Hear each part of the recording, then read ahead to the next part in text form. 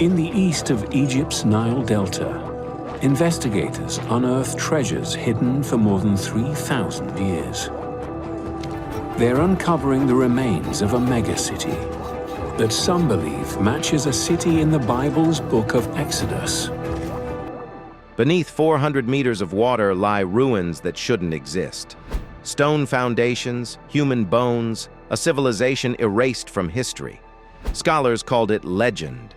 Science calls it real. How could an entire civilization vanish without a trace? And what other secrets lie hidden, waiting to be uncovered? Over the next 30 minutes, we'll explore 13 sites, from caves hiding the oldest biblical manuscripts to a healing pool found beneath a sewer pipe, and reveal a history you've never seen. Let's start with the documents that prove it all.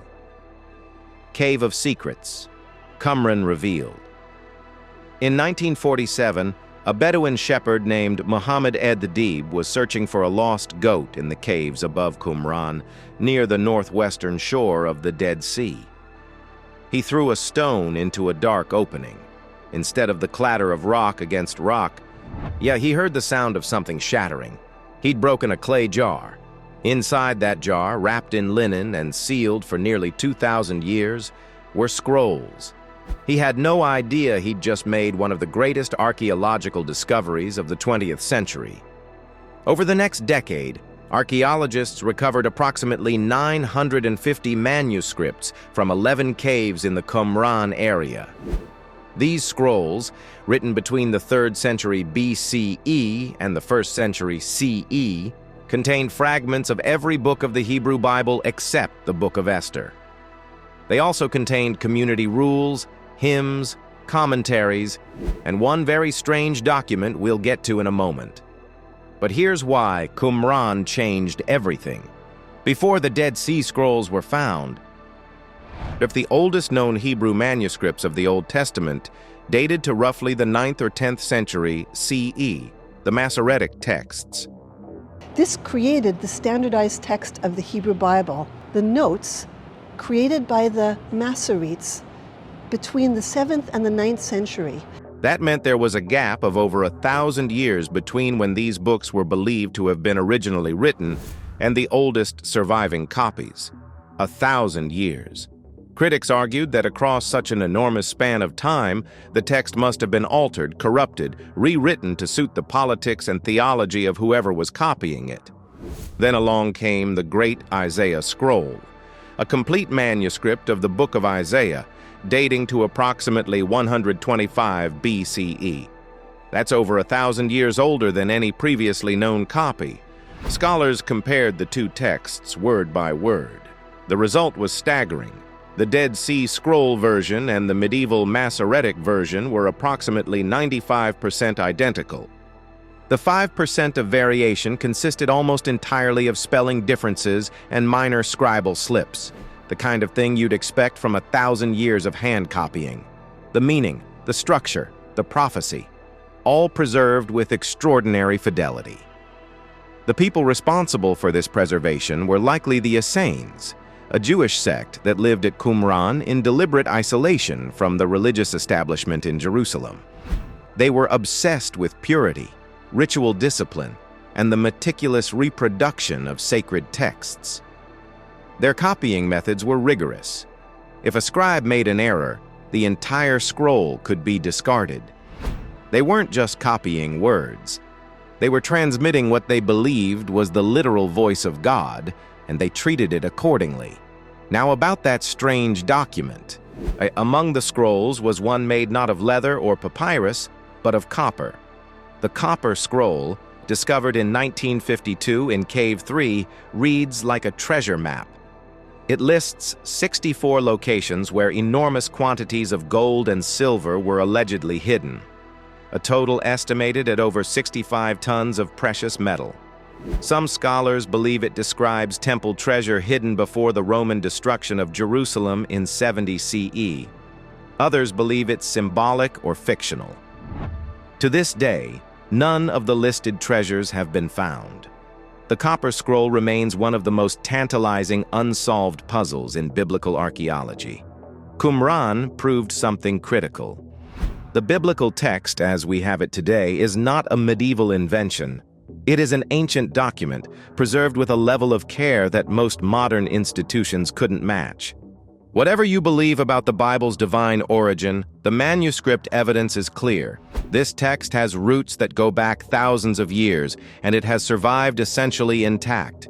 And the places it describes? Let's go find them. Tal el-Hammam, a city erased. Genesis 19 describes the destruction of Sodom and Gomorrah, cities consumed by fire and brimstone from the sky. For centuries, most scholars assumed this was allegory, a morality tale dressed up in apocalyptic language. Then archaeologists started digging at Tal el-Hammam.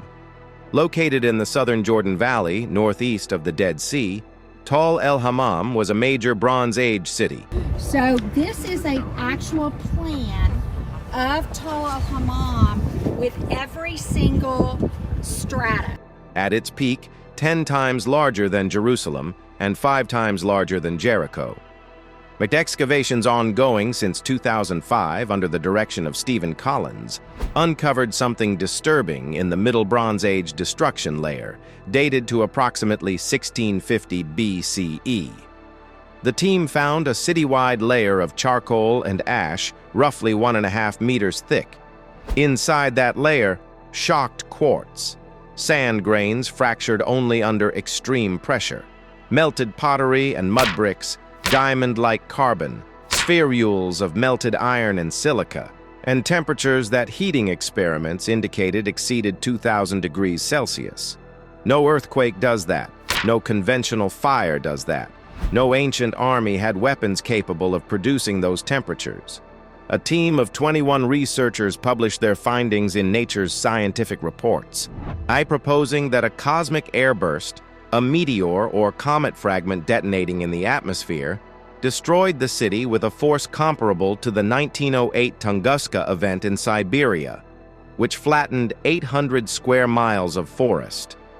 The airburst would have demolished the city's 4-story palace, sheared the walls of the massive mud brick fortifications, and killed all 8,000 inhabitants instantly. The anomalously high salt concentrations found in the destruction layer, possibly from vaporized Dead Sea brine, may have rendered the surrounding soil barren for centuries, explaining why the region was abandoned for 300 to 600 years afterward. It's important to note, there is genuine scholarly debate about whether Tal el-Hammam is Sodom. The chronology is contested. The original paper was retracted in 2025 over methodological concerns, though the core data has been republished with additional evidence. Not all archaeologists accept the identification, but the destruction event itself, the extreme temperatures, the shocked quartz, the centuries of abandonment, is hard to dismiss. Something catastrophic happened here, and the parallels to the Genesis account are striking enough that the question remains very much open. Now we move to a different kind of buried city. Caesarea Maritima sits on the Mediterranean coast of Israel. The aristocratic Claudia Procula became stationed in Caesarea. Caesarea was home to all of the Roman elite and what Herod the Great built here around 25 BCE was one of the engineering marvels of the ancient world. A deep-water harbor constructed using hydraulic concrete, Roman technology that hardened underwater, in a location with no natural bay. The harbor, called Sebastos, was comparable in size to the port of Athens. Caesarea appears repeatedly in the Book of Acts. It's where the Roman centurion Cornelius was baptized by Peter. It's where Paul was imprisoned for 2 years before appealing to Caesar. It's where the Roman governor resided. And in 1961, Italian archaeologists excavating the ancient theater at Caesarea found a limestone block with a Latin inscription that rearranged biblical scholarship overnight. The inscription read, in part, Pontius Pilatus, prefect of Judea. It was the first physical archaeological evidence that Pontius Pilate, the man who sentenced Jesus to crucifixion, was a real historical figure holding the exact title described in the Gospels. Today, large sections of Caesarea's harbor lie submerged beneath the sea. Underwater archaeologists have mapped sunken streets, warehouses, and the massive concrete breakwaters that once sheltered the largest artificial harbor in the Roman Mediterranean. The city that Herod built to impress Caesar Augustus is now being explored by divers, and every discovery confirms the New Testament's geography with startling precision. Biblical mysteries revealed. For most of history, skeptics questioned whether Nazareth even existed in the 1st century. It doesn't appear in a single non-biblical source from the period.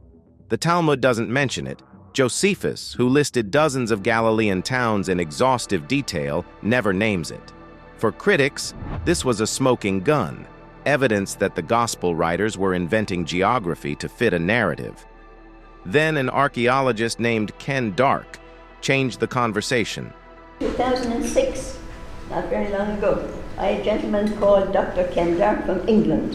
Find the article. Dark, a professor at the University of Reading, and began investigating a site beneath the Sisters of Nazareth convent in 2006. The site had actually been discovered in 1881, when the nuns who founded the convent stumbled upon ancient remains while building their foundation.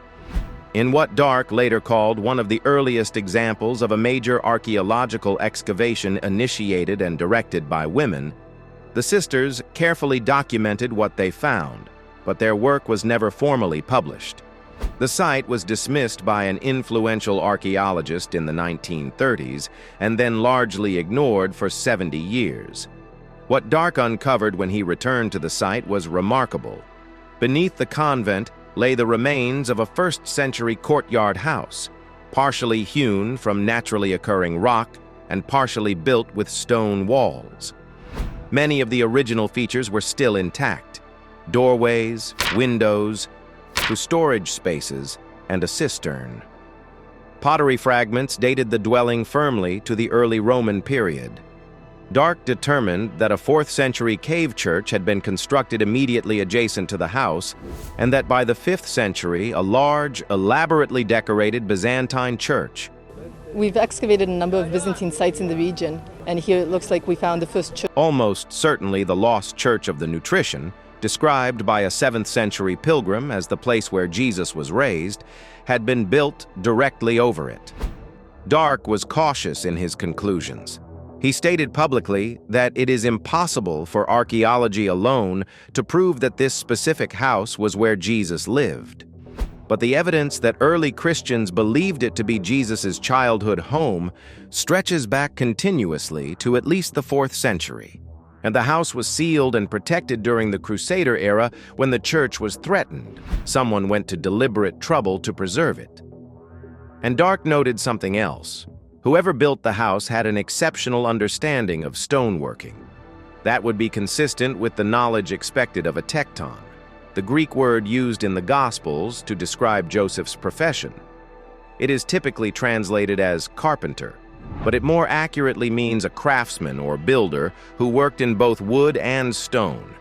Nazareth, it turned out, was real, small, probably home to no more than a few hundred people, but real. And its location along secondary routes connecting to the Via Maris, the major international trade highway, meant it was less isolated than its modest size suggests. Capernaum is where the Gospels say Jesus made his base. Not Nazareth, not Jerusalem.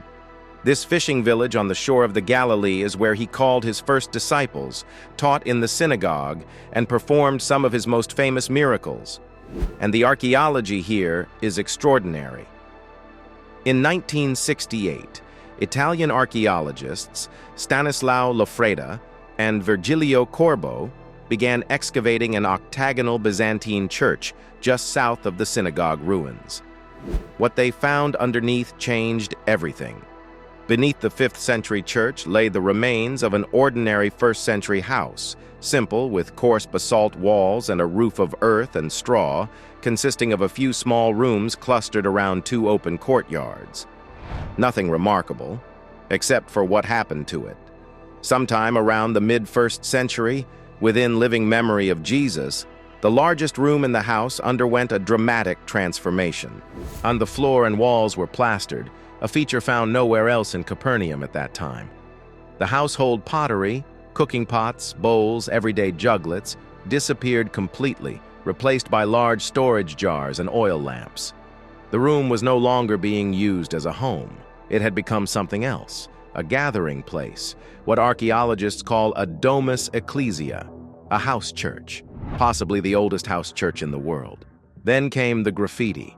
Over the following centuries, pilgrims scratched more than 100 inscriptions into the plastered walls, in Greek, Syriac, Hebrew, and Latin. They read, "Lord Jesus Christ, help thy servant. Christ have mercy." One Latin inscription reads, "Peter, helper of Rome." The excavators reported that the name of Peter appears in several graffiti, though some scholars dispute specific readings. And when the Spanish pilgrim Egeria visited around 380 CE, she wrote in her diary, "In Capernaum, the house of the Prince of the Apostles became a church. The walls, however, of the house have remained unchanged to the present day." The walls remained unchanged. From the 1st century, through the house church, through the Byzantine octagonal shrine built directly over that same room, layer upon layer of veneration, all pointing back to the same spot. Is it conclusive proof that this was Peter's house? No.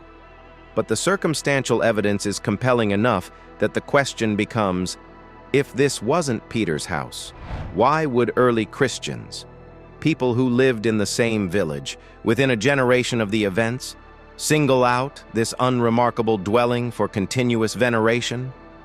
In 2004, workers in Jerusalem were sent to repair a burst sewer pipe beneath a small potato field in Siloam, south of the Temple Mount. Standard procedure in Jerusalem: whenever you dig, you bring an archaeologist. Eli Shukran was on site. When the workers hit stone, Shukran investigated. He and archaeologist Ronnie Reich uncovered a series of broad, ancient steps descending into the earth. Then another flight, then a wide landing between them. They had found the Pool of Siloam, not the small Byzantine-era pool that Christian pilgrims had been visiting for centuries, mistakenly believing it to be the biblical site. The real Pool of Siloam, the one described in John chapter 9, where Jesus healed a man born blind by telling him to wash in its waters. The monumental, a Second Temple period pool turned out to be roughly 225 feet long, trapezoidal in shape, with its widest end opening toward the Tyropoeon Valley. It was enormous, the size of roughly 2 Olympic swimming pools, fed by Hezekiah's tunnel, which channeled water from the Gihon Spring. This pool served as the largest ritual immersion bath in all of Jerusalem, and the discovery didn't end at the water's edge. To the north of the pool, archaeologists uncovered a beautifully paved limestone esplanade that led into a stepped street climbing directly uphill toward the Temple Mount. This is now known as the Pilgrimage Road. Israeli archaeologist Ronnie Reich says he has made a discovery underscoring Jewish roots in the city of Jerusalem. The actual route that first-century Jewish pilgrims walked after immersing themselves in the pool before ascending to the temple to offer sacrifices. The stonework matched the quality of the first-century street along the western wall. It was, quite literally, the road to God. Jesus walked this road. His disciples walked this road.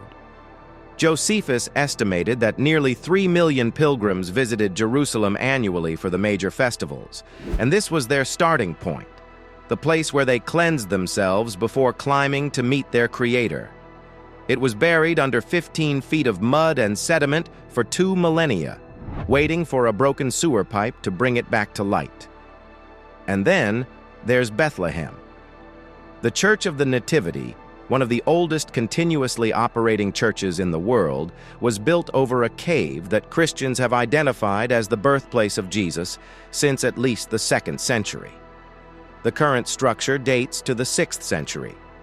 Built by the Emperor Justinian, it has survived Persian invasions, Crusader wars, earthquakes, and centuries of political upheaval. To enter, you must pass through the door of humility. a low stone entrance, barely 4 feet high, that was narrowed during the Ottoman period to prevent soldiers from riding horses into the church. You bow to enter. Every person who crosses that threshold, regardless of their rank or wealth, must lower their head. Whether the design was practical or intentional, the effect is theological. You cannot enter the birthplace of Jesus standing tall. You bend. Stone, sand, and scripture.